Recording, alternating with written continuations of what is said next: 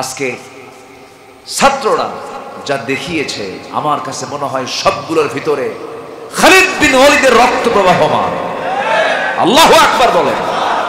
স্বরাষ্ট্রমন্ত্রীকে, সাবেক স্বরাষ্ট্রমন্ত্রীকে এক police video clip দেখায় আর বলে, স্যার গুলি করি একটা মরে, কিন্তু একটা পরে আর বাকিগুলো যায় না, তারা ওরা আগায় আসে। যারা পিছপা হয় না,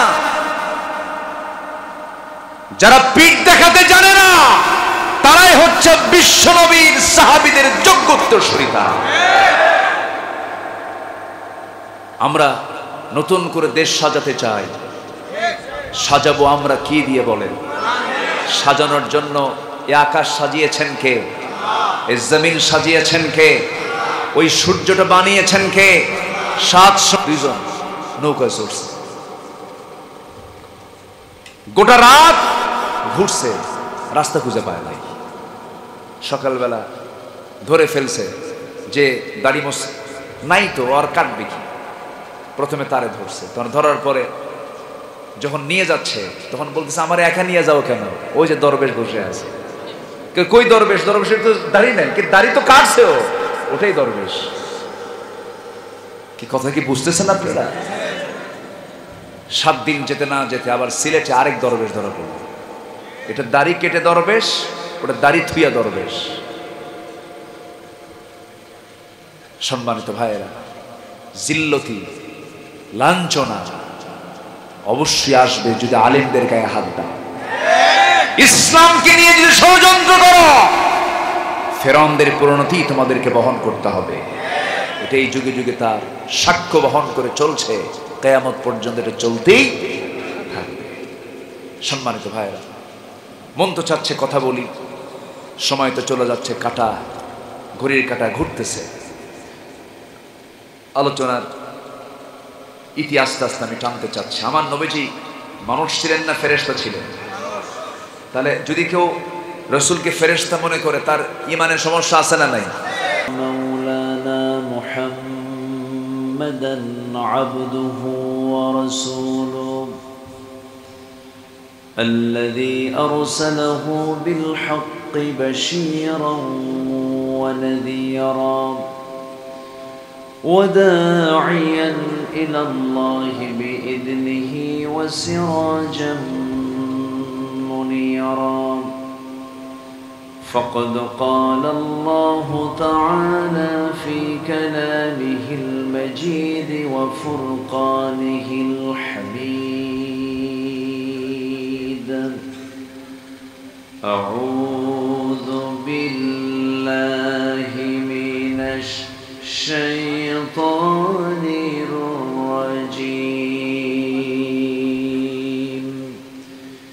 بسم الله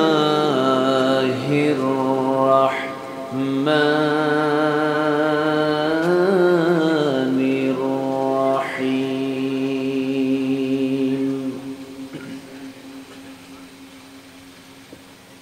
إن الذين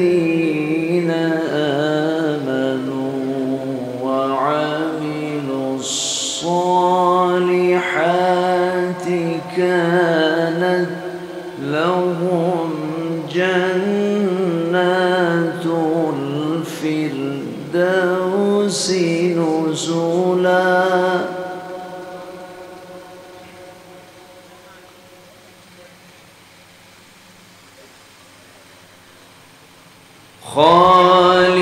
خالدين فيها لا يبغون عنها حولا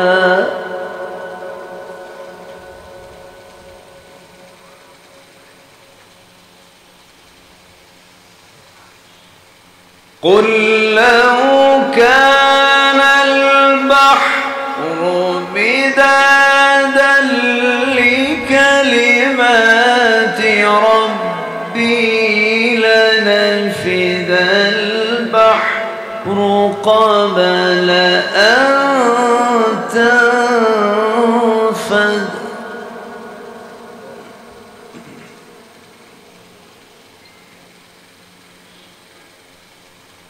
قبل أن تنفذ كلمات ربي ولو جئنا بمثله مددا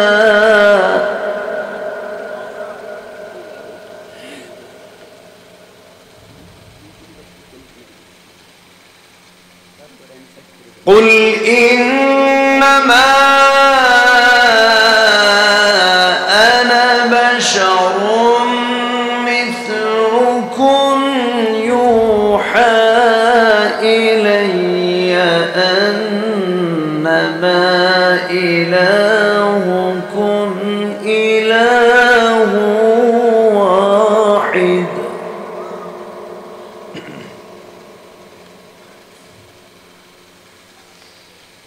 فمن كان يرجو لقاء ربه فليعمل عملا صالحا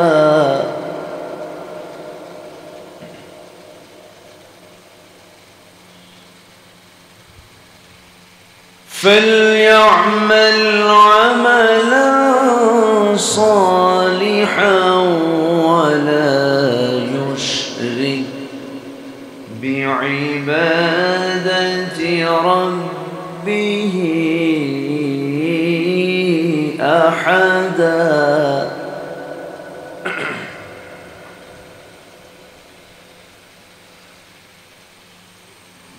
الله أكبر بسم الله الرحمن الرحيم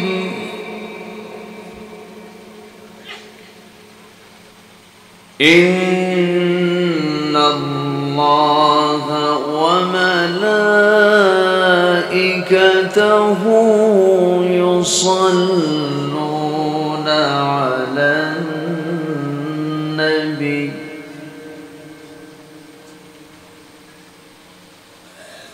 يا أيها الذين آمنوا صلوا عليه وسلموا تسليما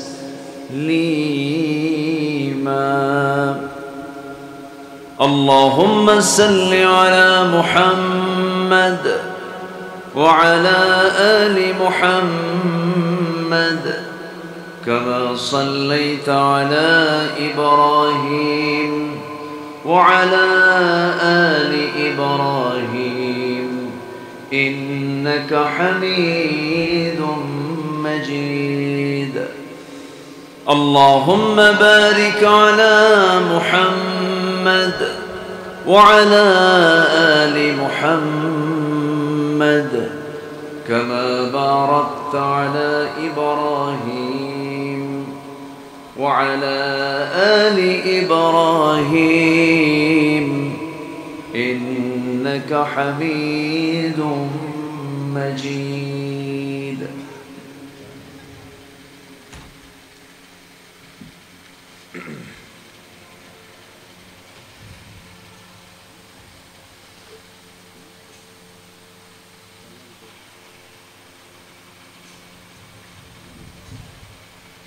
ময়মনসিংহ জেলার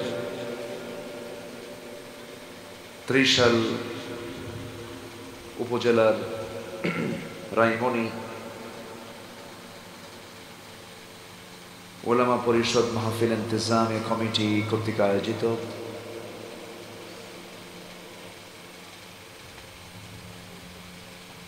রায়মনি গ্রামের নবীন প্রবীণ ওলামা হুফাজদের সম্মাননা পাগড়ি প্রদান উপলক্ষে আয়োজিত আজকের এই ইসলামী মহাসম্মেলন 2024 মহৎ আয়োজনের সম্মানিত সুযোগ্য সভাপতি আজকের প্রোগ্রামের বরেণ্য সাহেবে সদর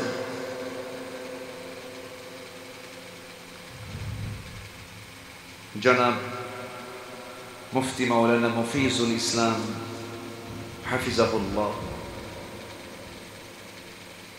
কথা বলেছেন আমার পূর্বে নন্দিত আলেমে দ্বীন খ্যাতনামা মুফাসসিরে কোরআন আমার প্রিয় ভাই মুহতারাম মাওলানা ইলিয়াসুর রহমান জিহাদি হাফিজাহুল্লাহ, উপস্থিত হাজারাত উলামায়ে কেরাম, ফদলায়ে ইজাম, সুশীল সমাজ, জাতির শ্রেষ্ঠ সন্তান শিক্ষক মণ্ডলী, জাতির বিবেক সাংবাদিক বৃন্দ, সামনে উপস্থিত দূরে কাছের বিভিন্ন স্থান থেকে ছুটে আসা কালেমার ঝান্ডাবাহী তাওহীদের পতাকাবাহী দ্বীন ইসলামের নরসারদুল বীর মুজাহিদ প্রাণ প্রিয় সম্মানিত দ্বীনি ভাইরা, আড়ালে বসে আছেন শ্রদ্ধেয়া সম্মানিতা মা বোনেরা, আলোচনার সূচনায় আনুষ্ঠানিকতার মধ্য দিয়ে আমার পক্ষ থেকে আবারও দিল খোলা সালাম, আসসালামু আলাইকুম ওয়া রাহমাতুল্লাহি ওয়া বারাকাতুহু। সবাই কেমন আছেন? আমাকে প্রশ্ন করলেন, আল্লাহ তাআলা আমাকে আপনার মতোই আপনার কাতারেই রেখেছেন। বলছি আলহামদুলিল্লাহ। সারাদিনের সকল কাজের ক্লান্তি শেষে, কাজ শেষে ক্লান্তময় ঘর্মাক্ত দেহকে একটু স্বস্তি দেওয়ার জন্য আমরা যখন ধীরে ধীরে বিছানার দিকে চলে যাব, ঠিক সেই মুহূর্তে আমরা বসে আছি কোরআনের টানে জান্নাতের বাগানে, যে আল্লাহ তাআলা আমাকে আপনাকে এমন সুন্দর বরকতময় জায়গায় আসার বসার তৌফিক দিলেন। কালিমাতুশ শুকর আদায় করি মুহাব্বাতান, জোরালো কণ্ঠে বলে উঠছি আলহামদুলিল্লাহ। আবারও বলছি আলহামদুলিল্লাহ।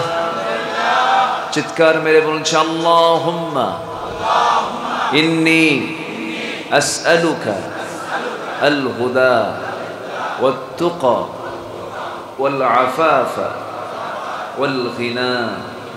সবাই বলি আল্লাহুম্মা লাকা আসলামতু ওয়া বিকা আমানতু ওয়া আলাইকা তাওয়াক্কালতু ওয়া ইলাইকা আনাবতু।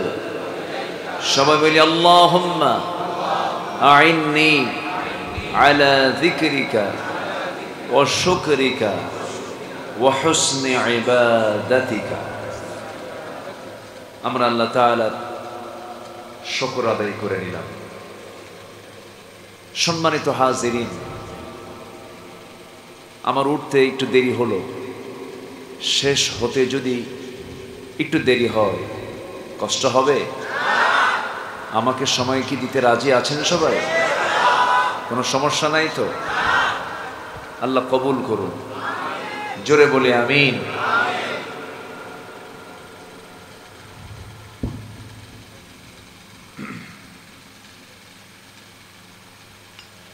সম্মানিত হাজিরিন, আমরা যে সময় এখানে একত্রিত হয়েছি, গোটা পৃথিবীতে 800 কোটি মানুষের বসবাস। গোটা পৃথিবীর মোট জনগোষ্ঠীর প্রতি 4 জনে 1 জন মুসলমান। গোটা পৃথিবীর 2 শতাধিক রাষ্ট্রের 56টি রাষ্ট্র হচ্ছে মুসলিম রাষ্ট্র। গোটা পৃথিবীর প্রাকৃতিক খনিজ সম্পদের অধিকাংশই মুসলমানদের নিয়ন্ত্রণে। আলহামদুলিল্লাহ। গোটা পৃথিবীতে ধর্মের দিক থেকে বৌদ্ধ ধর্মের সংখ্যা নাম্বার 1, দ্বিতীয় নম্বরে হলো খ্রিস্টান, তৃতীয় নম্বরে আছে হলো মুসলমানদের জনসংখ্যার দিক থেকে মুসলমানরা হলো তৃতীয় নম্বরে। গোটা পৃথিবীতে এখন প্রেজেন্ট ওয়ার্ল্ডে 180 কোটি মুসলমান। সংখ্যা কি কম? সে আয়াতের তুলনায় কিন্তু সংখ্যা অনেক বেশি। ইয়াকুম মিনকুম 20 সাবিরুন ইয়াগলিবু 200। তাহলে সংখ্যার দিকে কিন্তু আমরা কম নই, অনেক সংখ্যা। সম্পদের দিক থেকে কিন্তু আমরা কম নই, অনেক সম্পদ। দেশের দিক থেকেও কিন্তু আমরা কম নই, অনেকগুলো দেশ আমাদের হাতে। এত কিছু থাকার পরেও গোটা পৃথিবীতে যদি আমরা বলি সবচেয়ে বেশি মার খাচ্ছে যে জাতি, সে জাতির নাম কি? সে জাতির নাম কি বলেন? মুসলমান। মুসলমানদের প্রথম কেবলা, যে কেবলাকে আমরা জানি, সেই মসজিদের নাম হলো বাইতুল আকসা, কোরআনের ভাষায় বাইতুল মুকাদ্দাস। সেটাও আজকে অবরুদ্ধ করে রাখা হয়েছে। যেখানেই মুসলমান সেখানেই ষড়যন্ত্র। তারই অংশ হিসাবে চতুর্দিকে তারা আমাদেরকে ঘিরে রেখেছে। ঠিক মাঝখানে আমরা অবস্থান করছি, একটা দিক শুধু ফাঁকা আছে, সেটা হলো বঙ্গোপসাগর। ঠিক কি না? আচ্ছা, সম্মানিত ভাইয়েরা, সম্মানিত বন্ধুগণ, আমি যদি বলি ভৌগোলিক দিক থেকে ফিলিস্তিনের মুসলমান যতটুকু না ঝুঁকিতে আছে, তার চাইতে বেশি ঝুঁকিতে আছে হলো বাংলাদেশের মুসলমান। ঠিক কি না? সম্মানিত বন্ধুগণ, ঠিক আমরা সেই সময় একত্রিত হয়েছি যে সময় স্বাধীনতার এই 53 বছরে আমরা যাদের দ্বারা বেশি আক্রান্ত ছিলাম, যে মুশরিকদের দ্বারা, আমরা 5 অগাস্টের পর থেকে আমরা একটু স্বস্তির নিঃশ্বাস ফেলতে পারছি। ঠিক কি না? একটু স্বস্তির নিঃশ্বাস আমরা পাচ্ছি। জানি না এ হাওয়া কয়দিন থাকবে, তবে জুলুম শাহী টিকসই হতে পারে না, জুলুম টিকে না, জুলুম টিকসই হতে পারে না। ফেরাউনরাও পারে নাই, ফেরাউনদের নাতিপুতেরাও পারবে না। এটা আল্লাহর ফয়সালা। লাইসা হিজাব, মাজলুমের মাঝে আর আল্লাহর মাঝে কোনো পর্দা থাকে না। লাইসা হিজাব, মাজলুম যা দোয়া করে সঙ্গে সঙ্গে তাই কবুল হয়ে যায়। সম্মানিত ভাইয়েরা, ঠিক আমরা সেই সময় একত্রিত হয়েছি। কিছু কথা আমি খুব বেশি লম্বা সময় নেব না, কারণ মূলত আলোচনার সময়টা এটা নয়। আলোচনার সময় হলো 9টা থেকে 11টা। সেটা আমার ইলিয়াসুর রহমান ভাই করে ফেলেছে। আমি শেষে একটু ভাঙ্গাচোরা কিছু কথা আমি বলতে চাচ্ছি। আপনি যদি নড়াচড়া করেন, আপনি যদি ওঠা বসা করেন, তাহলে এটা ভাবতে হবে যে আমি নড়াচড়া করছি, মানে এখানে আমরা যারা বসেছি কেউ কি ইবাদতের বাইরে? কেউ কি ইবাদতের বাইরে? কোরআনকে সামনে নিয়ে বসেছি আমরা, ইবাদত মনে করে আমরা বসবো। জোরে বলি ইনশাআল্লাহ। কেউ নড়াচড়া করব না। আসুন, আমি আমার অভ্যাস অনুযায়ী যেখান থেকে তেলাওয়াত দিয়ে শুরু করেছি সেই তেলাওয়াতের দিকে, তেলাওয়াতকৃত আয়াতের দিকে আমি আস্তে আস্তে চলে যাচ্ছি। আজকে আমরা দিনটা পার করেছি, কি দিন বলেন সবাই? জুমার দিন জুমাবার, জুমাবারে একটা সূরা আমার রাসূল কখনো তেলাওয়াত করতে ছাড়তেন না, ভুলতেন না।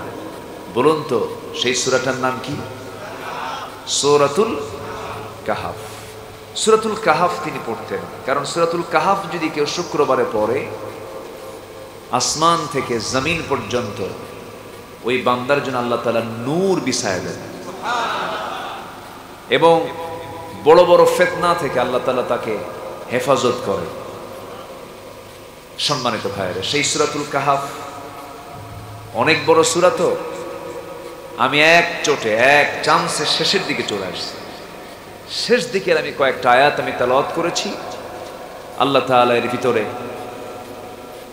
তার শ্রেষ্ঠত্ব, তার নবীর পরিচয় এবং সেই মহান রবের সঙ্গে বান্দার সাক্ষাতের কি কি মাধ্যম হতে পারে, আল্লাহ তাআলা বান্দার সঙ্গে সাক্ষাৎ করবেন জান্নাতের মধ্যে কোন কোন কাজগুলো করে আসলে আল্লাহ তাআলা তা এখানে স্পষ্ট করেছেন। সম্মানিত ভাইয়েরা, আসুন আমরা ধীরে ধীরে আলোচনার দিকে চলে যাই। আজকের এই প্রযুক্তির যুগে, এই অনলাইনের যুগে বেফাস কথা বলার কোনো সুযোগ নাই। কিরামুন কাতিবিন তো আছেই, এরাও কিরামুন কাতিবিন কম না, বুঝেন না? আমাদের হিসাব করেই কথাবার্তা বলতে হয়। সম্মানিত ভাইয়েরা, এরপরেও তো জবাব দিতে হবে একদিন কার কাছে? লিমা তাকুলুনা মা লা তাফআলুন। কথার ব্যাপারে ওয়াকুলু লিন-নাসি হুসনা, কথার ব্যাপারে বহু কথা আসছে, বহু আয়াত আল্লাহ তাআলা কোরআনে বলে দিয়েছে। এখানে অনেক উলামা হযরত এখানে উপস্থিত আছেন, যাদের ছাত্র হতে পারলে আমি নিজেকে ধন্য মনে করতাম। আমি সরাসরি আলোচনার দিকে আস্তে আস্তে চলে যাচ্ছে। সূরাটার নাম যেন কি বলেছি বলুন তো? কাহাফ। কাহাফ মানে হলো কেভ, গুহা। আসহাবে কাহাফ মানে গুহাবাসী। কোন গুহাবাসী? যে গুহাবাসী আল্লাহকে বিশ্বাস করতে গিয়ে হিজরত করেছিলেন, বাড়িঘর ছেড়ে দিয়ে তারা এক দেশ থেকে আরেক দেশে পাড়ি জমিয়েছিলেন। আল্লাহ তাআলা তাদেরকে থাকার ব্যবস্থা করে দিয়েছিলেন একটা গুহার ভিতরে। সাথে ছিল, তাদের সফর সঙ্গী ছিল একটা জন্তু, কুকুর ছিল। এই কুকুর সহ আজও তারা সেই গুহার মধ্যে শুয়ে আছে এবং কিয়ামত পর্যন্ত আল্লাহ তাআলা তাদের সিকিউরিটি নিশ্চিত করে দিয়েছেন। জোরে বলে সুবহানাল্লাহ। এই ইতিহাস আমার টানা উদ্দেশ্য নয়, জাস্ট একটা সংক্ষিপ্ত একটা পরিচয় আমি আসহাবে কাহাফের দিলাম। তারা ছিলেন ইমানদার। তারা কি ছিলেন? ইমানদার। ইমানদারের সিকিউরিটি নিশ্চয়তা দিবেন, তার সার্বিক সিকিউরিটি নিশ্চয়তা দিবেন একমাত্র কে? আল্লাহ তাআলা। আল্লাহ রাব্বুল আলামিন সূরাতুল কাহফের শেষের দিকে সুন্দর করে শর্ট করে বান্দাকে ডাক দিয়ে বলছেন, বান্দা দুটো আমল করবে, আমি তোকে 1 নাম্বার জান্নাত দিয়ে দেব। কয়টা আমল বলেন? 2টা আমল। আল্লাহ রাব্বুল আলামিন সুন্দর করে বলছেন, ইন্নাল্লাযীনা আমানু ওয়া আমিলুস সালিহাতি কানাত লাহুম জান্নাতুল ফিরদাউসি নুজুলা খালিদিনা ফিহা লা ইয়াবগুনা আনহা হিওয়ালা। জোরে বলুন আল্লাহু আকবার। নিঃসন্দেহে যারা ঈমান আনবে, নেক আমল করবে, এই 2টা কাজের বিনিময়ে হলো আল্লাহ রাব্বুল আলামিন নিজে ওয়াদা করে বলছেন, আমি তাকে 2 নাম্বার নয়, 3 নাম্বার নয়, 4 নাম্বার নয়, 5 নাম্বার নয়, আমি তাকে 1 নাম্বার জান্নাত, জান্নাতুল ফেরদাউস আমি তার হাতে তুলে দেব। কয়টা কাজ বলেন? কয়টা কাজ? 2টা কাজ। হয়তো মনে মনে আমরা চিন্তা করছি, হুজুর এই 2টা কাজ তো আমরা করেই ফেলেছি, ঈমান এনেছি, আমলে সালেহ করি, নেক আমলও করি, তাহলে আমরা জান্নাত তো পাবোই। কিন্তু 2টা আমল যে কত বড় বিষয়, ঈমান তো সংক্ষিপ্ত কোনো বিষয়ের নাম নয়। ঈমান এমন একটি বিষয়ের নাম একজন ইমানদার আখিরি জামানার এমন একটা সময় আমরা উপস্থিত হতে দেখব, হয়তো চলে আসছে, ইউসবিহু মুমিনান ওয়া ইউমসি কাফিরান। আখিরি জামানে এমন একটা সময় আসবে, সকালবেলা ইমানদারের ইমান থাকবে, বিকালবেলা সেই ইমানদার কাফের হয়ে যাবে। এমন চিত্র আজকের সমাজে আছে না নাই? আসতে বলবেন না, আছে না নাই? সকালে ইমানদার, বিকেলে কি কাফের। ইমানদার নামাজ পড়ে, আবার ইমানদার সুদের অঙ্ক কষে। ইমানদার নামাজ পড়ে, আবার সুদের কারবার করে। ইমানদার 5 ওয়াক্ত নামাজে গিয়ে সেজদা দেয়, মানুষের তৈরি করা আইনকে বিশ্বাস করে। এমন ইমানদার কি আমার দেশে নাই? আছে না নাই? সম্মানিত ভাইরা, সম্মানিত বন্ধুগণ, অনেকের কাছে ইমান বিষয়টা ক্লিয়ার নয়। ইমানটা কি? আমার দেশে কিছু কিছু লোকের নামই আছে ইমান আলী। আছে না? নাম কি? ইমান আলী। নাম হলো ইমান আলী, এক ওয়াক্ত নামাজ পড়ে না, নাম হলো ইমান আলী। আলেমদের বিরুদ্ধে কথা বলে, নাম হলো ইমান আলী। ঘুষের কারবার করে, নাম হলো ইমান আলী। ওজনে কম দেয়। আমার বন্ধুগণ, নামের বড়াই করে বান্দা কখনো জান্নাত পাবে না, বংশের বড়াই করে বান্দা কখনো জান্নাত পাবে না। মহান রব্বুল আলামিন এই বিষয়ের এক জায়গায় সুন্দর করে বলছেন, ইন্না খালাকনাকুম মিন যাকারিন ওয়া উনসা وجعلناكم شعوبا وقبائل لتعارفوا إن أكرمكم عند الله أتقاكم। আমি তোমাদেরকে এক নর এবং এক নারী থেকে সৃজন করেছি, এরপরে বহু মানুষ পৃথিবীতে আমি ছড়িয়ে দিয়েছি, বিভিন্ন গোত্র গোত্রে ভাগ করে দিয়েছি, ভাষা দিয়েছি, বর্ণ দিয়েছি। তবে তোমরা জেনে রেখে দিও, এই সমস্ত বান্দার ভিতরে আমার কাছে সম্মানিত বান্দা সেই বান্দা যে বান্দাটা আমি আল্লাহ আমাকে সবচাইতে বেশি ভয় করে। আমার বন্ধুগণ, যার 4টা জিনিস ঠিক থেকে যাবে সে জান্নাত পেয়ে যাবে। ঈমান থাকতে হবে, ইসলাম থাকতে হবে, আমল থাকতে হবে, তাকওয়া থাকতে হবে। ইসলাম আছে, ঈমান নেই, হবে না। ঈমান আছে, ইসলাম নেই, তা হবে না। আবার আমল নেই, ঈমান আছে, ইসলাম আছে, কিন্তু আমল নেই, তাও হবে না। তাকওয়া নাই, তাও হবে না। ঈমান মূল একটা বিষয়ের নাম। ঈমান এনেছি, ইসলামটাকে মানলাম না, এটা আমার ঈমান আনা হলো না। অনেক ব্যাখ্যাকার ব্যাখ্যা দিতে নিয়ে বলেছেন, ঈমান এবং ইসলামটা হলো বীজ আর গাছের মতো। আগে বীজ না আগে গাছ? বলেন, আগে বীজ না আগে গাছ? আগে বীজ, এরপরে গাছ। বীজ যদি ভালো হয় গাছ ভালো হবে, বীজ যদি খারাপ জাতের হয় তাহলে গাছটাও ভালো জাতের হবে না, ভালো হবে না। এই জন্য যার ঈমানটা মজবুত হয়ে যাবে তার গাছটাও মজবুত হয়ে যাবে। ঈমানটা শিরিক মুক্ত করতে হবে, কুফর মুক্ত করতে হবে।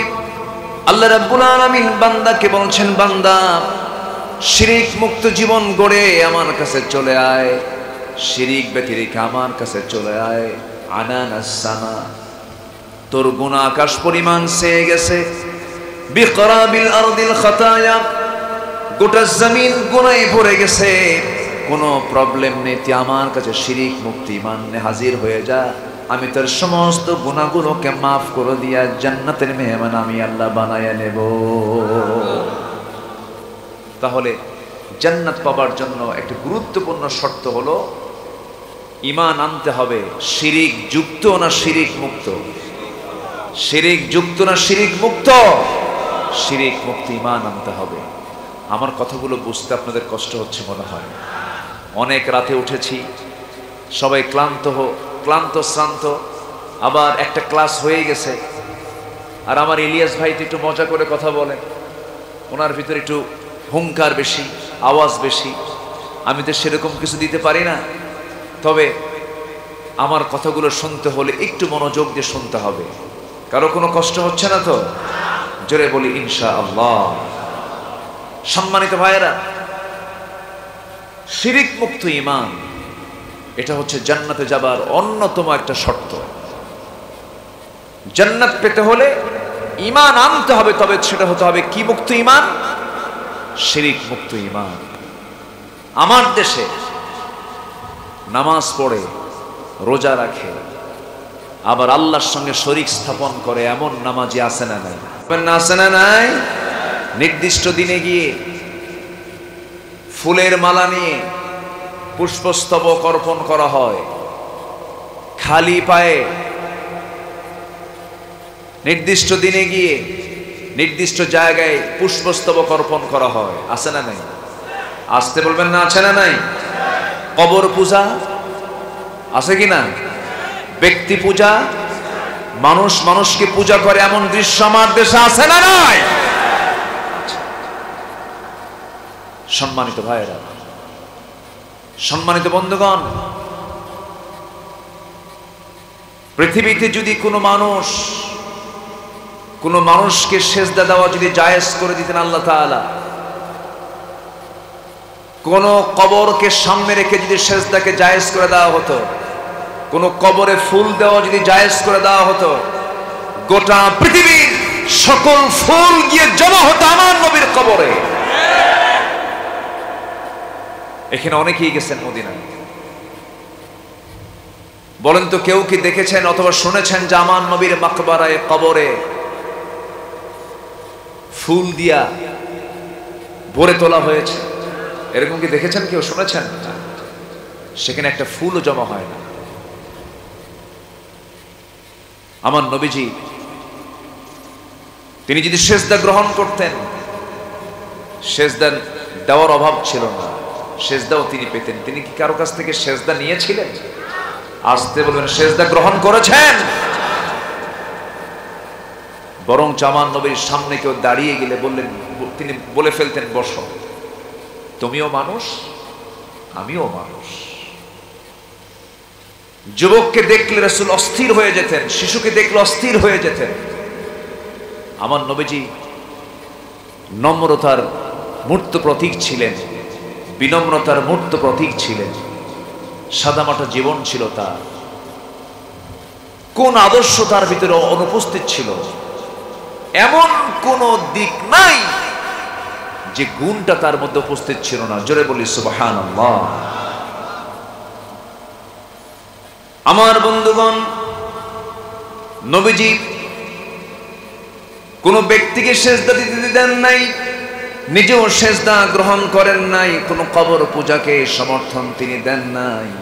তার কবরটা আজকে তার বড় প্রমাণ।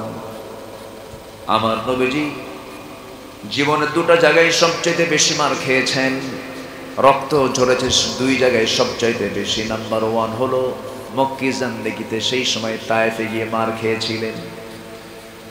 নাম্বার 2 হলো নবী উহুদের ময়দানে মার খেয়েছিলেন।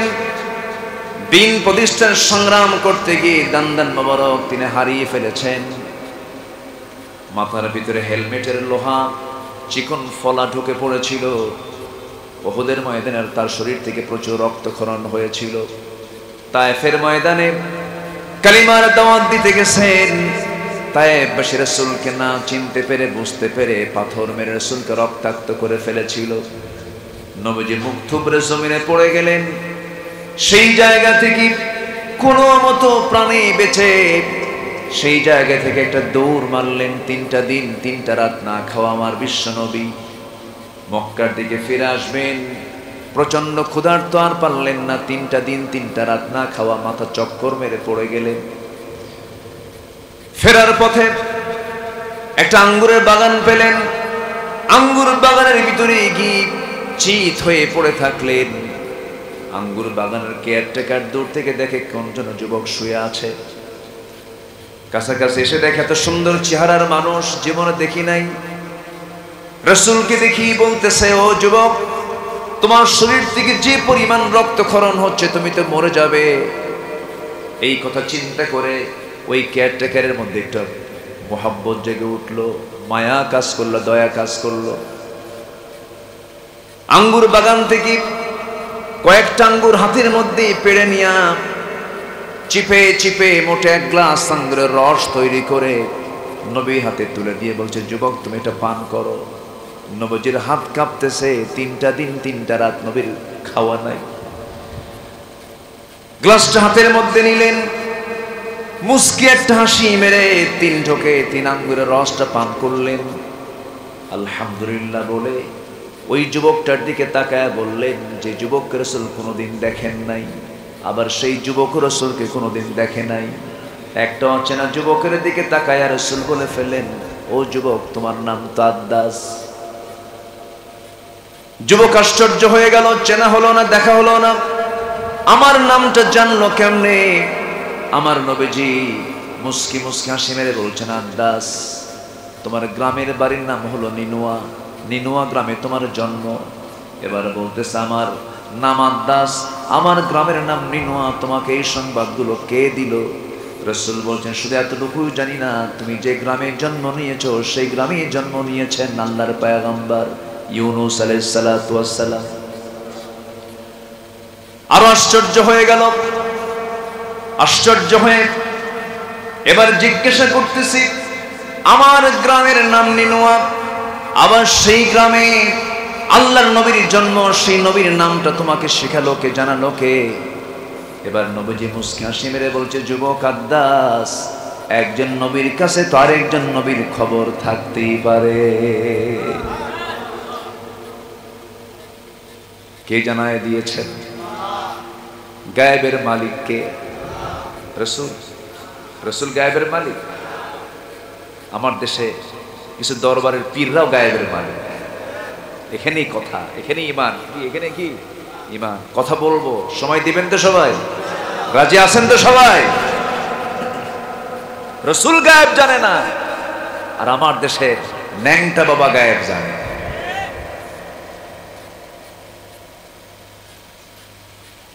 একটু কান লাগান, মনোযোগ দিয়ে কথাগুলো শুনুন।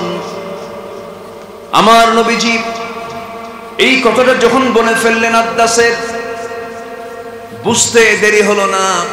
আদ্দাস ছিল খ্রিস্টান, খ্রিস্টানি কায়দায় সিরাত ইবনে হিশামের মধ্যে এসেছে।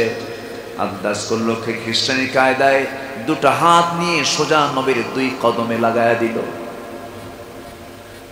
2 কদমে লাগায়া দিয়া সেজদা দিয়ে রাসূলকে ধন্য করবে, কিন্তু রাসূল সেই চান্সটা দিলেন না।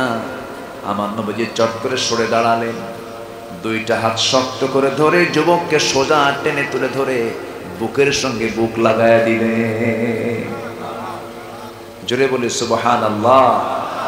আর আজকের কিছু দরবারে ভণ্ড চেয়ারে বসে থাকে, আর মুরিদরা পা চাটে, পায়ে সেজদা দেয়। সময় এসেছে এখন ওই সমস্ত ভণ্ড দরবারগুলোকে সোজা করে ফেলা, ঠিক কিনা?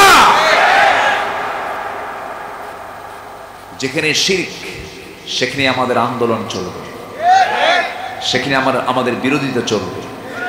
কারণ শিরক আছে যেখানে, ঈমান নাই সেখানে। শিরকের বিপরীত কাজ হলো কি করা?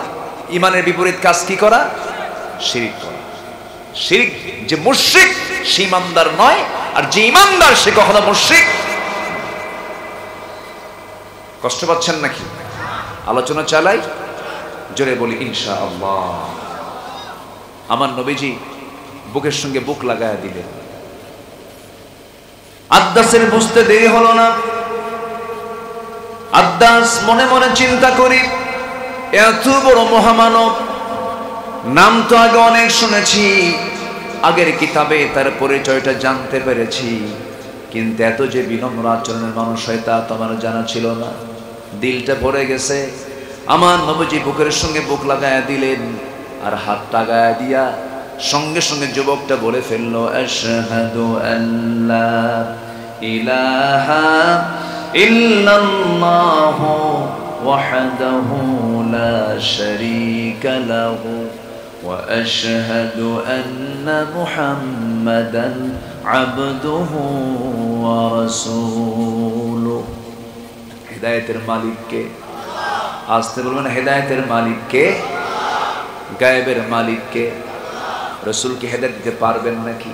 যদি পারতেন নিজের আপন চাচাকে হেদায়েত দিতে পারতেন তিনি। রাসূল যদি গায়েব জানতেন, ইফকের ঘটনা আর আসতো না। নবীজির নিজের স্ত্রী, নবীজির স্ত্রী আম্মা জান আয়েশাকে নিয়ে কত বড় ষড়যন্ত্র মুনাফিকেরা করেছিল। তার সতীত্ব নিয়ে প্রশ্ন তুলেছিল। সতীত্বের প্রশ্ন যখন তোলা হলো, রাসূল তো গায়েব জানতেন না। রাসূল শুনে শুধু বললেন, আয়েশা কি যেন কথা আমার কানে আসলো, এই কথা যেহেতু আমার কানে এসেছে, তোমার সতীত্ব নিয়ে প্রশ্ন উঠেছে, আল্লাহর ফয়সালা না আসা পর্যন্ত তুমি তোমার বাবার বাড়ি চলে যাও। এখানে আলেম উলামা আছেন, লম্বা কথা বলবো কখন, সময় তো কম, বলবো। ইফকের ঘটনা হলো, আমার নবীজি কোনিয়াক অভিযান থেকে ফিরে আসতেছিলেন মদিনার দিকে। আমার নবীজি শুধু সাধারণ সফর নয়, জিহাদের মতো কণ্ঠকে কীর্ণ ময়দানেও বউকে সাথে নিয়ে চলে গেছেন। কারণ বউটা হলো ইমানের পাহারাদার। বউ কিসের পাহারাদার? রাসূল জীবনে হজ করেছেন কয়বার? একবার। সেখানে বউ ছিল কি ছিল না? ছিল। নবীজির ম্যাক্সিমাম সফরের স্ত্রীকে সঙ্গে নিয়ে চলেছেন উহুদের মতো কণ্ঠকে কীর্ণ যুদ্ধের ময়দান। নবীজির বউ ছাড়েন নাই।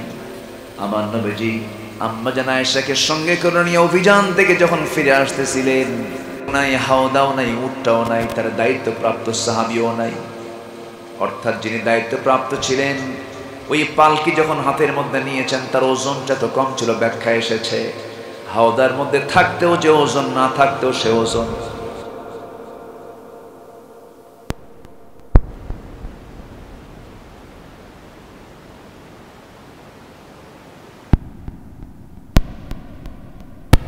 তিনি চাদর মুড়িতে বসে থাকলেন।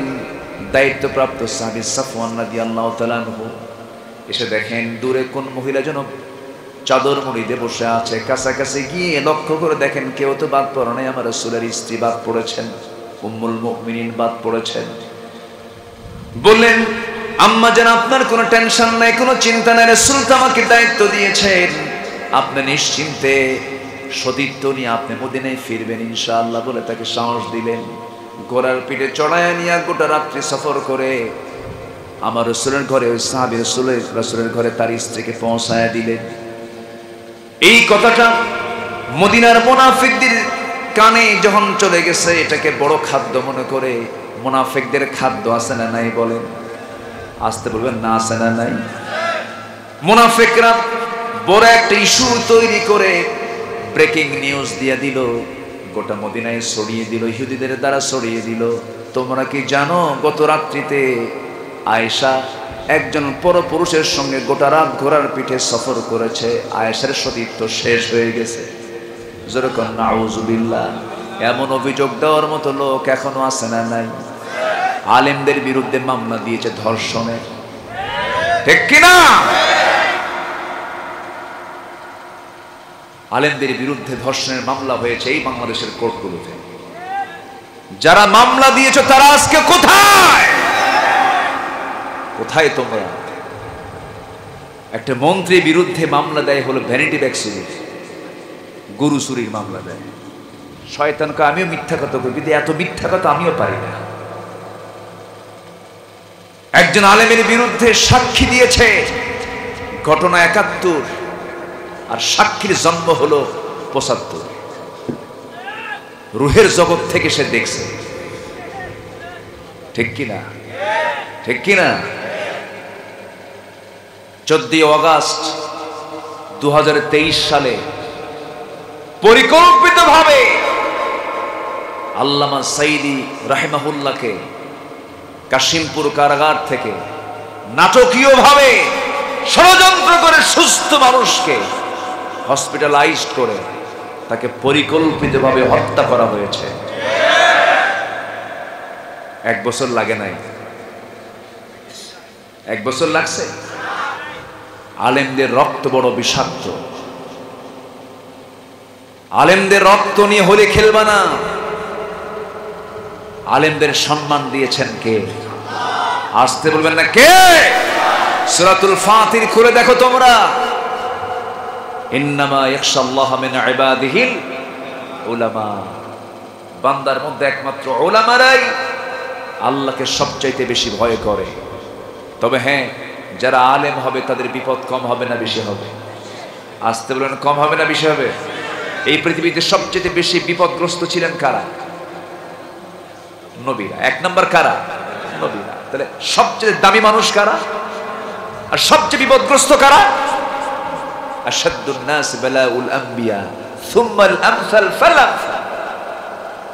বালা মুসিবত তাকে স্পর্শ করে বেশি যার ঈমান যত মজবুত বেশি। যার ঈমান যত মজবুত তার বালা মুসিবত তত বেশি। 13টি বছর কোনো অপরাধ নেই, কোনো দোষ নেই, জেল খাটলেন। জেলখানায় শুধু রাখা হয় নাই, ছেড়ে রাখা হয়েছে, নির্যাতন করা হয়েছে। বাংলাদেশের ইতিহাসে রেকর্ড সংখ্যক পরিমাণ সময় 56 দিন একটানা তাকে রিমান্ডে নেওয়া হয়েছে। হিন্দু অফিসার কর্তৃক থাপ্পড় মেরে তাকে চেয়ার থেকে ফেলে দেওয়া হয়েছে। এই কথাগুলো তার সন্তানদের কাছ থেকে আমার নিজ কানে শোনা।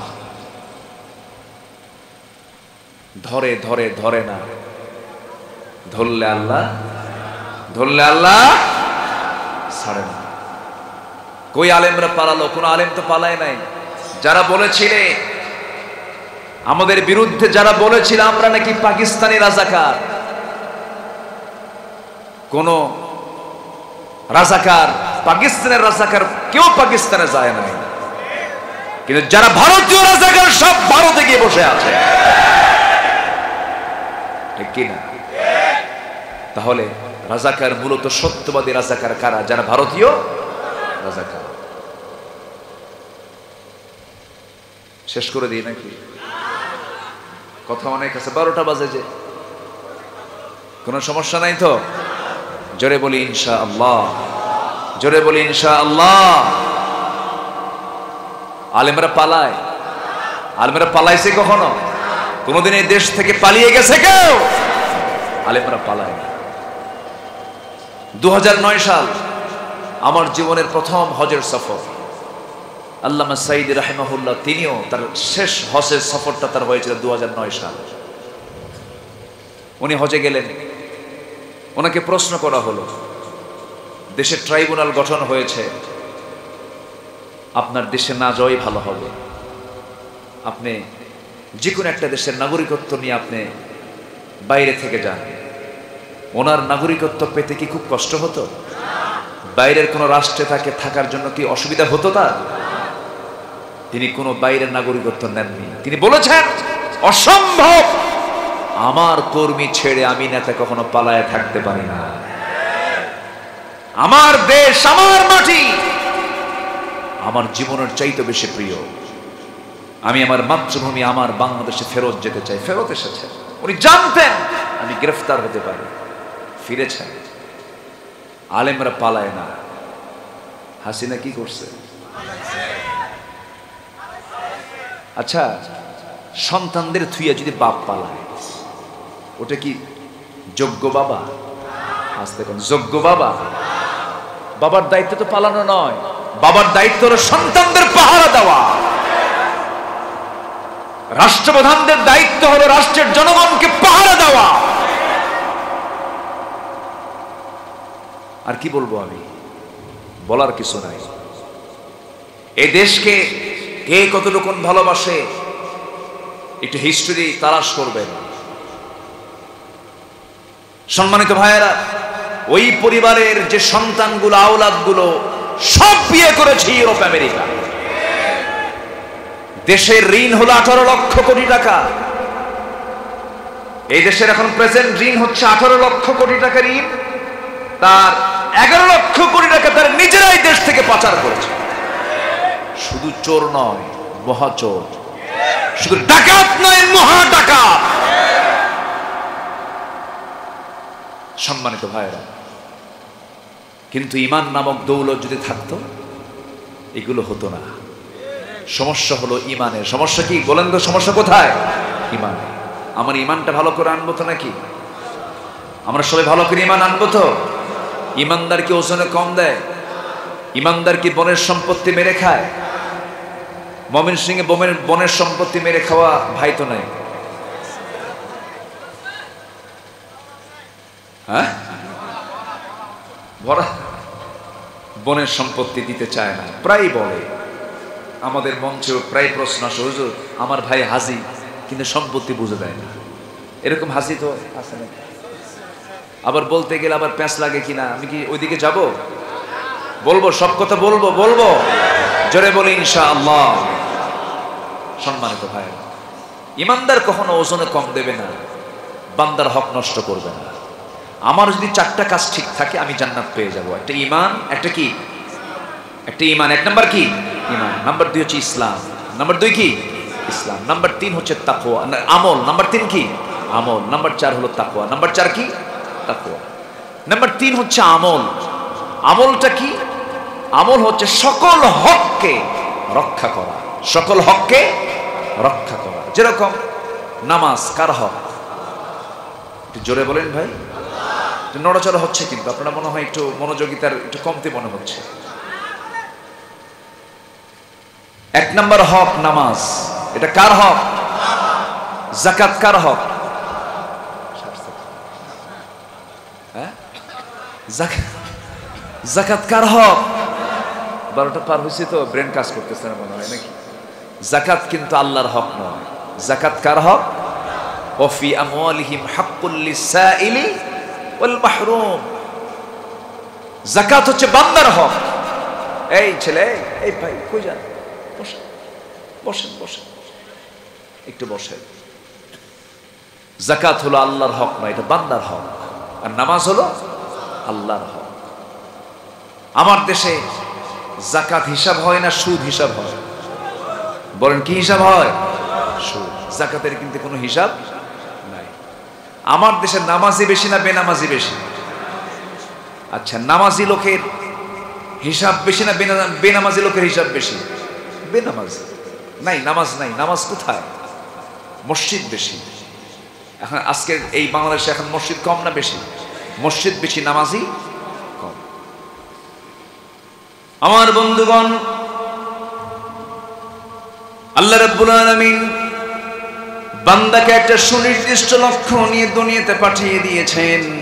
সে লক্ষ্যটা হলো বান্দা আমার যে হুকুম হাকামগুলো আছে এটাকে ফলো করবে, এটাকে মেনে চলবে, ঈমানটা আনবে, ইসলামটা মেনে চলবে, আমলগুলো ভালোভাবে ঠিকঠাক মতো করবে, আমাকে ভয় করবে, আমি তোমাকে জান্নাত দিয়ে দেব।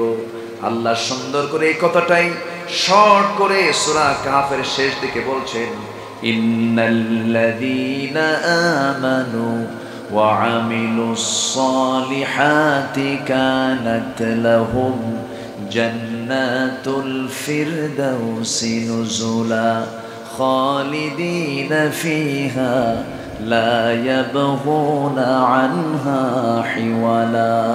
জোরে বলুন আল্লাহু আকবার। এমন জান্নাত তোমাকে দিব যে জান্নাত থেকে তোমাকে কখনো বের করে দেওয়া হবে না, যে জান্নাত তোমার কাছ থেকে কখনো বাজেয়াপ্ত করে দেওয়া হবে না। জান্নাতের আজীবন মালিকানা তুমি পেয়ে যাবে। এরপর আল্লাহ রাব্বুল আলামিন বান্দাকে বোঝানোর জন্য এবার বলছেন, রাসূল আপনি জানিয়ে দেন এই কিতাবটা কি, এই কিতাবের পরিচয়। সেকেন্ড তেলাওয়াতকৃত আয়াত আল্লাহ রাব্বুল আলামিন রাসূলকে বলছেন, রাসূল আপনি সবাইকে জানিয়ে দেন এই কিতাবটা কেমন কিতাব।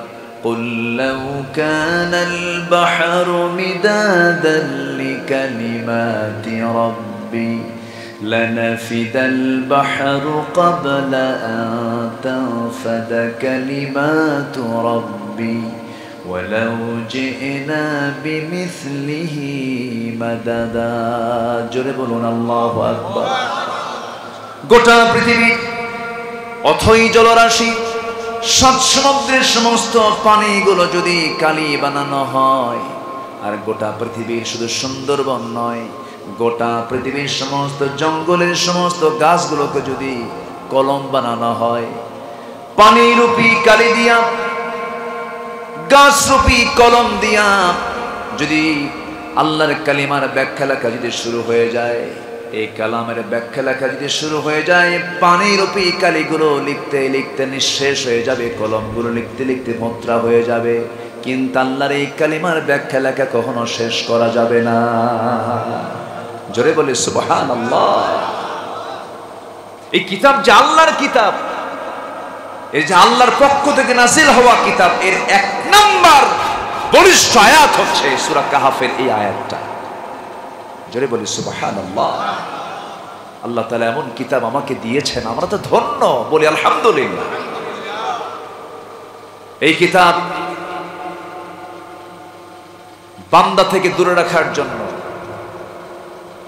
শিক্ষা ডিপার্টমেন্ট এমন ভাবে সাজানো হয়েছিল, আল্লাহকে কেমনে ভোলা যায়, রাসূলকে কেমনে ভোলা যায়, ইসলাম বিদ্বেষী কেমনে হওয়া যায়, নাস্তিক কেমনে হওয়া যায়, সব আয়োজন তারা প্রস্তুত করেছিল।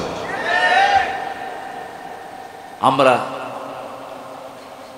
যুবকদের এই তরুণদের তারুণ্য দেখে আমরা খুব আনন্দিত। আজকে ছাত্ররা যা দেখিয়েছে, আমার কাছে মনে হয় সবগুলোর ভিতরে খালিদ বিন ওয়ালিদের রক্ত প্রবাহমান। আল্লাহু আকবার বলেন। স্বরাষ্ট্রমন্ত্রীকে, সাবেক স্বরাষ্ট্রমন্ত্রীকে এক পুলিশ ভিডিও ক্লিপ দেখায় আর বলে, স্যার গুলি করি একটা মরে, কিন্তু একটা পরে আর বাকিগুলো যায় না, তারা ওরা আগায় আসে। যারা পিছপা হয় না, যারা পিঠ দেখাতে জানে না, তারাই হচ্ছে বিশ্বনবীর সাহাবীদের যোগ্য উত্তরসূরি। আমরা নতুন করে দেশ সাজাতে চাই। সাজাবো আমরা কি দিয়ে বলেন? সাজানোর জন্য এ আকাশ সাজিয়েছেন কে? এই জমিন সাজিয়েছেন কে? ওই সূর্যটা বানিয়েছেন কে? 700 জন নৌকা চড়ছে, গোটা রাত ঘুরছে, রাস্তা খুঁজে পায় নাই। সকালবেলা ধরে ফেলছে যে দাড়ি মোছ নাই তো, আর কাটবে কি? প্রথমে তারে ধরছে, তখন ধরার পরে যখন নিয়ে যাচ্ছে তখন বলতেছে, আমার একা নিয়ে যাও কেন? ওই যে দরবেশ বসে আছে। কই দরবেশ? দরবেশের তো দাড়ি নাই, কিন্তু দাড়ি তো কাটছে, ওটাই দরবেশ। কি কথা কি বুঝতেছেন আপনারা? 7 দিন যেতে না যেতে আবার সিলেটে আরেক দরবেশ ধরা পড়ল। এটা দাড়ি কেটে দরবেশ, ওটা দাড়ি থুইয়া দরবেশ। সম্মানিত ভাইয়েরা, জিল্লতি, লাঞ্ছনা অবশ্যই আসবে যদি আলেমদের গায়ে হাত দাও। ইসলামকে নিয়ে যদি ষড়যন্ত্র করো, ফেরাউনদের পরিণতি তোমাদেরকে বহন করতে হবে। এটা এই যুগে যুগে তার সাক্ষ্য বহন করে চলছে, কিয়ামত পর্যন্ত এটা চলতেই থাকবে। সম্মানিত ভাইয়েরা, মন তো চাচ্ছে কথা বলি, সময় তো চলে যাচ্ছে, কাটা ঘড়ির কাটা ঘুরতেছে। আলোচনার ইতিহাসটা আস্তে আমি টানতে চাচ্ছি। আমার নবীজি মানুষ ছিলেন না ফেরেশতা ছিলেন? তাহলে যদি কেউ রাসূলকে ফেরেশতা মনে করে, তার ঈমানের সমস্যা আছে না নাই? আমার নবীজি মানুষ ছিলেন। এখন প্রশ্ন হলো, মানুষের দাম বেশি না ফেরেশতার দাম বেশি? বলেন কার দাম বেশি? উসজুদু লিআদম, হে ফেরেশতারা, তোমরা আমার মাটি দিয়ে তৈরি করা আদমকে তোমরা সম্মানজনক সেজদা দিয়ে দাও। মানুষের দামটা আল্লাহ রাব্বুল আলামিন বাড়ায়া দিয়েছেন, সম্মানটা বাড়ায়া দিয়েছেন, কিন্তু মানুষ তার সেই সম্মানকে যদি অক্ষুণ্ণ রাখতে চায়, যদি এটাকে যদি টিকে রাখতে চায়, শর্ত হলো গুনাহ থেকে তার বাঁচতে হবে। ইন তাজতানিবু কাবাইরা মা তুনহাউনা আনহু নুকাফির আনকুম সাইয়্যাতিকুম ওয়া নুদখিলকুম মুদখালান কারীমা। বড় বড় গুনাহ যদি ছেড়ে দিতে পারো, আমি আল্লাহ রাব্বুল আলামিন তোমাকে সম্মানজনক জান্নাত দিয়ে দেব। আমার বন্ধুগণ, লক্ষ লক্ষ টাকা দান, 14 বার হজ করা, তাহাজ্জুদ নামাজ পড়া, হ্যাঁ এগুলো বরকতের কাজ, সওয়াবের কাজ, সমস্যা নেই। কিন্তু আপনি যদি বড় বড় গুনাহগুলোকে ছাড়তে না পারেন, এই সমস্ত কাজ দিয়ে আপনি জান্নাত পাবেন না।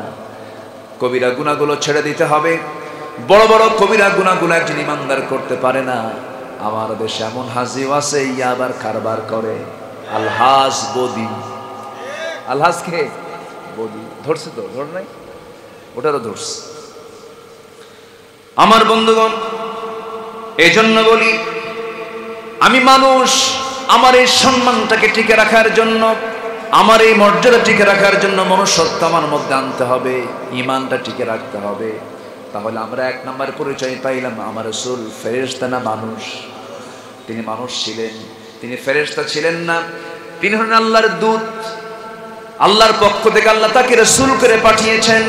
ইয়া আইয়ুহার রাসূলু বাল্লিগ মা উনজিলা ইলাইকা মির রাব্বিক ওয়া ইল্লাম তাফআল ফামা বাল্লাগতা রিসালাতাহু ওয়াল্লাহু ইয়াসিমুকা মিনান নাস ইন্নাল্লাহা লা ইয়াহদিল কওমাল কাফিরিন। সূরা মায়েদা 67 নম্বর আয়াত।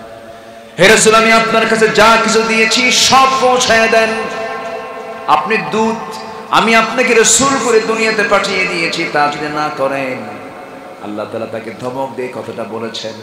আমার বন্ধুগণ, নাম্বার 4 হলো তিনি হলেন আল্লাহর রাসূল এবং শেষ নবী। তারপরে কোনো নবী আসবে? তারপরে নবীকে বিশ্বাস করার মতো ভণ্ড কিছু লোক আমার দেশে আছে না নাই? তাদের ব্যবসা বাণিজ্য আছে না নাই? তাদের পণ্য সামগ্রী আছে না নাই? তারা আমাদের বন্ধু না দুশ্মন? দুশ্মনগুলো খুঁজে চেনার দরকার আছে না নাই? আছে। শুধু আমি আপনার জন্য কথা বলছি না, আপনারা যারা বসে আছেন প্রযুক্তির কল্যাণে গোটা দুনিয়ায় আগামীকালকে লক্ষ লক্ষ মানুষের কাছে আলোচনাগুলো চলে যাবে। একটু বসেন, আমাকে কথা বলার একটু সুযোগ করে দেন, কথাগুলো যেন সবার কানে কানে চলে যায়। আমার নবী যে শেষ নবী ছিলেন, আমার নবীর পরে কোনো নবী আছে এটা যদি বিশ্বাস করে, তার ঈমান আছে না গেছে? ঈমান চলে গেছে। গোলাম আহমদ কাদিয়ানী নামে একটা ভণ্ড নবুয়তের দাবিদার, তার কিছু উম্মত, ভণ্ড উম্মত আমার দেশে আছে না নাই? আছে। তাদের কার্যক্রম আছে, তাদের বানানো মসজিদ নাম দিয়েছে, তারা মসজিদ বলা যাবে না, এটা উপাসনালয়। মসজিদ মুসলমানদের একমাত্র সেজদার জায়গা। আল্লাহ তাআলা তার পরিচয় দিতে নিয়ে, নবীর পরিচয় দিতে নিয়ে সূরা আহজাবের 40 নম্বর আয়াতে বলছেন, মা কানা মুহাম্মাদুন আবা আহাদিম মির রিজালিকুম ওয়ালাকিন রাসূলুল্লাহি ওয়া খাতামান নাবিয়্যিন ওয়া কানা আল্লাহু বিকুল্লি শাইইন আলিমা। তোমাদের নবী প্রাপ্তবয়স্ক কোনো পুরুষের তিনি পিতা নন। আল্লাহ তাআলা তাকে 4টা ছেলে দিয়েছিলেন, শিশু সন্তান দান করেছিলেন, 4টা ছেলে শিশু, কিন্তু প্রাপ্তবয়স্ক ছেলে সন্তান তার ছিল না। সবগুলো 7 বছর, 2 বছর, 3 বছর দুনিয়া থেকে বিদায় হয়ে গেছে। সন্তান 4 জন দিয়েছিলেন, ছেলের সন্তান আল্লাহ তাআলা তাকে। কিন্তু কেউ 2 বছরের জন্ম নিয়ে 7 বছর পর্যন্ত কাসেম রাদিয়াল্লাহু আনহু জীবিত ছিলেন, সব দুনিয়া থেকে বিদায় হয়ে গেল। নবীজির চোখে একটু পানি জমা হয়ে গেল। কাসেম যখন দুনিয়া থেকে বিদায় নিলেন, আম্মা জান খাদিজা রাদিয়াল্লাহু তাআলা আনহা তিনি কাঁদতেছেন। রাসূল বলছেন, খাদিজা তোমার সন্তান চলে গেল, তোমার কষ্ট হচ্ছে নাকি? তিনি বলছেন, ইয়া রাসূলুল্লাহ, আমার সন্তান কিন্তু বান্দা তো আল্লাহ। যেরকম সুবহানাল্লাহ। আমার ভাইয়েরা, আমার নবীজি ছেলের সন্তানের পিতা ছিলেন না, প্রাপ্তবয়স্ক কোনো ছেলের সন্তান তার ছিল না, শুধু 4টা মেয়ের সন্তান তার ছিল। আমার বন্ধুগণ, রাসূলকে ছেলের সন্তান দিয়েছিলেন, ছোট অবস্থায় দুনিয়া থেকে বিদায় করে দিয়েছেন আল্লাহ তাআলা। কেউ বড় হওয়ার সুযোগ পায় নাই। কিন্তু এইদিকে কাফের মুশরিকরা এটাকেও দোষ মনে করে বলল, মুহাম্মদ তুমি কেমন নবী, তোমার আল্লাহ তোমার বেটার সন্তান নিয়ে যায়, ছেলের সন্তান নিয়ে যায়, তুমি লেস কাটা নির্বংশ। যরকন নাউযুবিল্লাহ, যরকন নাউযুবিল্লাহ। আমার বন্ধুগণ, নবীজির বিরুদ্ধে এমন কথা যখন বলা হলো, আমার নবীটাকে, তার মর্যাদা কি, তার ব্যক্তিত্ব কি, আমার নবীর বিরুদ্ধে এমন কথা আমার আল্লাহর সহ্য হলো না। পুরোপুরি 3টা আয়াত সম্বলিত একটা কমপ্লিট আয়াত নবীর শানে নাজিল করে দিলেন। আল্লাহ তাআলা নিজে বলছেন, হে রাসূল আপনাকে তারা বলতেছে লেস কাটা, আমি আপনাকে বলে দিচ্ছি ইন্না আ'তাইনাকাল কাউসার ফাসাল্লি লিরাব্বিকা ওয়ানহার ইন্না শানিআকা হুয়াল আবতার। আমি আপনাকে হাউজে কাউসার দান করেছি, সালাত আদায় করুন, কুরবানি করুন। আপনাকে যারা বলে লেস কাটা তারাই হলো লেস কাটা। আমার রাসূলকে গালি দিয়েছে আবু লাহাব, আল্লাহ আবু লাহাবের বিরুদ্ধে তার নাম দিয়ে একটা সূরা নাজিল করেছেন। আল্লাহু আকবার বলেন। আমার রাসূলকে সবচেয়ে বেশি ভালোবাসেন তিনি আমার কে? আসতে বলবেন না তিনি আমার কে? সব নবীকে কোরআন নাজিল হলো যে নবীর উপরে, সেই নবীকে আল্লাহ তাআলা কোথাও ডাক দিয়ে তাকে নাম ধরে ডাক দিয়েছেন কোনো একটা আয়াত খুঁজে পাবেন না। কিন্তু এই কোরআনের মধ্যে বাকি অনেক নবীর নাম আল্লাহ তাআলা নিয়েছেন, নাম সম্বোধন করে নিয়েছেন, নামটা ধরে ডেকেছেন। ইয়া আদম উসকুন আনতা যাওজুকাল জান্নাহ, ইয়া ইব্রাহিম ওমা তিলকা বিয়ামিনিকা ইয়া মূসা। কিন্তু আল্লাহ তাআলা আমার নবীকে কি সম্মান দিয়েছেন একটা জায়গা আপনি বলতে পারবেন না। তাকে বলা হয়েছে ইয়া মুহাম্মদ, ইয়া আহমদ, কোথাও পাবেন না। বলা হয়েছে ইয়া আইয়ুহান নবী, ইয়া আইয়ুহার রাসূল, ইয়া আইয়ুহাল মুজাম্মিল, ইয়া আইয়ুহাল মুদাথথির, ইয়া আইয়ুহার রাসূল, ইয়া আইয়ুহান নবী। কোথাও আল্লাহ তাআলা তার নামটা ধরে ডাকেন নাই। কেন ডাকেন নাই? সম্মান দিয়েছেন, মর্যাদা দিয়েছেন। এত সম্মান মর্যাদা পৃথিবীর কাউকে দেওয়া হয় নাই। তিনি হচ্ছেন আমার নবী মুহাম্মদ সাল্লাল্লাহু আলাইহি ওয়াসাল্লাম। আমার নবী হচ্ছেন সর্বশেষ নবী, তিনি ছিলেন নিষ্পাপ মাসুম। আল্লাহ তার ব্যাপারে বলছেন, আল্লাহ রাব্বুল আলামিন বলেন সূরা ফাতিহার প্রথম দিকে বলছেন লিয়াগফিরা লাকাল্লাহু মা তাকাদ্দামা মিন যামবিকা ওয়া মা তাআখার। জোরে বলুন আল্লাহু আকবার।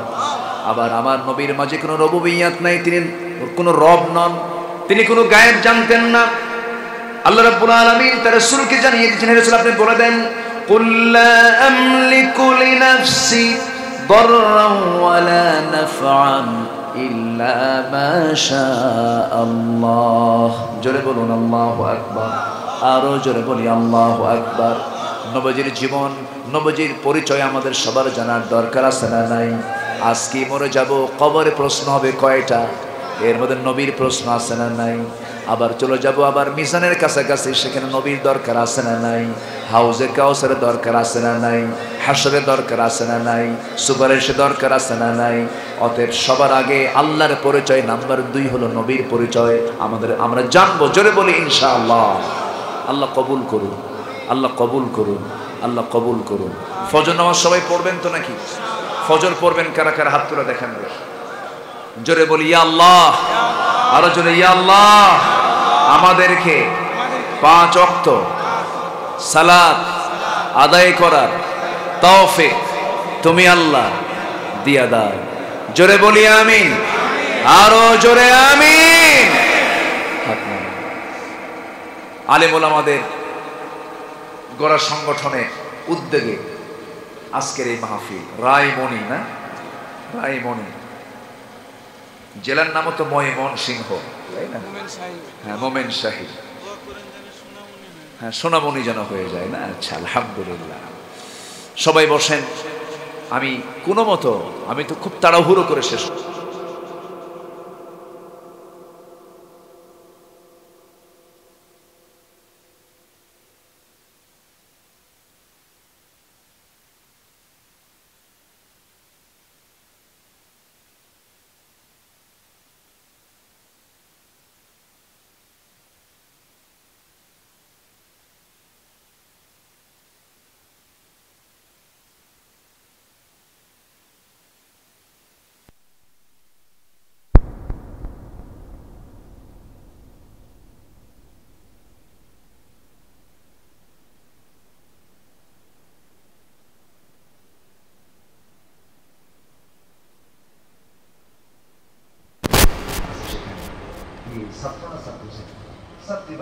আলহামদুলিল্লাহ। যে মাদের দিন শেখা দরকার আগে না পরে? আগে, কারণ ওই মার পেটেই তো মানে সন্তান প্রস্তুতি নিয়ে নেয়, আগে থাকে মার পেটে। এই জন্য মাকে আলেমা হওয়া দরকার। আপনার সন্তানকে চোখ বন্ধ করে আলেমা বানাবেন, মেয়েটাকে কোরআন হাতে তুলে দিবেন, আপনার ওই মেয়েটা আম্মা জান আয়েশার মর্যাদা পেয়ে যাবে। আলহামদুলিল্লাহ বলুন। সবাই বসুন, আমরা দোয়া করি, আল্লাহ তুমি এই মাদ্রাসাকেও কবুল করে নাও, মাহফিল কমিটিকে তুমি আল্লাহ কবুল করে নাও। ছেলে মাদ্রাসাও আছে, ও বালকও আছে, আলহামদুলিল্লাহ। আরেকটা পাশে আরেকটা মাদ্রাসার অভাব নাই, আলহামদুলিল্লাহ। আল্লাহ সবাইকে দিন বোঝার, জি আল্লাহ সবাইকে দিন বোঝার তৌফিক দান করুন, জোরে বলি আল্লাহুম্মা আমিন। দিন মেনে চলার তৌফিক দান করুন, জোরে বলি আল্লাহুম্মা আমিন। এই আশাবাদ কামনা করছি। ভাঙ্গাচোরা যতটুকু কথা হলো, আসলে সবকিছুর একটা যৌবন কাল থাকে। মাহফিলের মূল যৌবন কাল হলো কি জানেন? মানুষ যাওয়ার পথে নয়, আলোচনা উঠতে হয় হলো আসার পথে। আসার পথে আলোচনা শুরু হলে তখন আলোচনার সৌন্দর্য থেকে যায়। আপনাদের মধ্যে পিছু তারা করছে যে আমি কখন বাড়ি যাব, ঘুম ধরছে, সব চাপ, নিম্ন চাপ, ঊর্ধ্ব চাপ, বিড়ি খাওয়া চাপ, সব চাপ আছে। তো এই চাপের মধ্যে আমি তো মহাচাপে ছিলাম, যা হয়েছে বলি আলহামদুলিল্লাহ। সবাই বলি সুবহানাকাল্লাহুম্মা ওয়া বিহামদিকা আশহাদু আল্লা ইলাহা ইল্লা আনতা আস্তাগফিরুকা ওয়া আতুবু ইলাইকা। সবাই চিৎকার মেরে বলি ইয়া আল্লাহ, আমার জীবনে সাগীরা কবীরা, ছোট বড় সব গুনাহ তুমি আল্লাহ মাফ করে দাও। জোরে বলুন ইয়া রাব্বাল আলামিন, ইয়া রাব্বাল আলামিন। এখানে একটা ভাই আমাকে একটা বই দিয়েছেন, বই নিয়ে আসছেন বিক্রি করার জন্য। আচ্ছা, ওনার বই আমার নাকি, যে কথা হীরার চেয়ে দামি, যে কথাটা আমি মানে হয়তো অবশ্যই দামি হবে। বইটা আমার পড়া হয়নি, তবে মনে হচ্ছে অনেক সুন্দর। মুফতি আবুল হাসান, একজন মুফতি লেখা। যদি পারেন, হীরার চেয়ে দামি এমন একটা বই, যে কথার মধ্যে মুক্তা খচিত